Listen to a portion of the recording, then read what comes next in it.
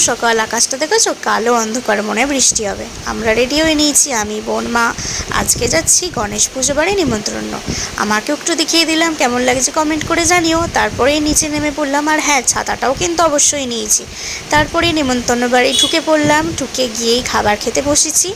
গরম গরম ভাত দিয়ে দিল, ভাতের সাথে ডাল, ডালের সাথে আলুর ঝুড়ি ভাজা, যেটা আমার খুব ফেভারিট। আর এই আলুর ঝুড়ি ভাজার সাথে ডাল দিয়ে আর লেবু চিপে মেখে যে কি খেতে ভালো লাগে না, কি বলবো তোমাদের। আমি তো এইভাবেই খাই, তোমরা কি আমার মতো করে খাও? তারপরেই চলে এলো আলু ফুলকপির তরকারি। আলু ফুলকপির তরকারিটা ভীষণ সুন্দর হয়েছিল। তারপরেই দিয়ে দিল চাটনি, পাঁপড় আর রসগোল্লা। আমরা খাওয়া দাওয়া করেই চলে এলাম। এখানে মা, একটা বড় মা আছে। আমরা ছাতা মাথায় দিয়ে চলে এলাম। বৃষ্টি কিন্তু খুব জোরে পড়েনি, অল্পই পড়ছিল। তারপরেই আমরা বাড়ি চলে এলাম। আজকের মিনি ব্লগ কেমন লাগলো? টাটা।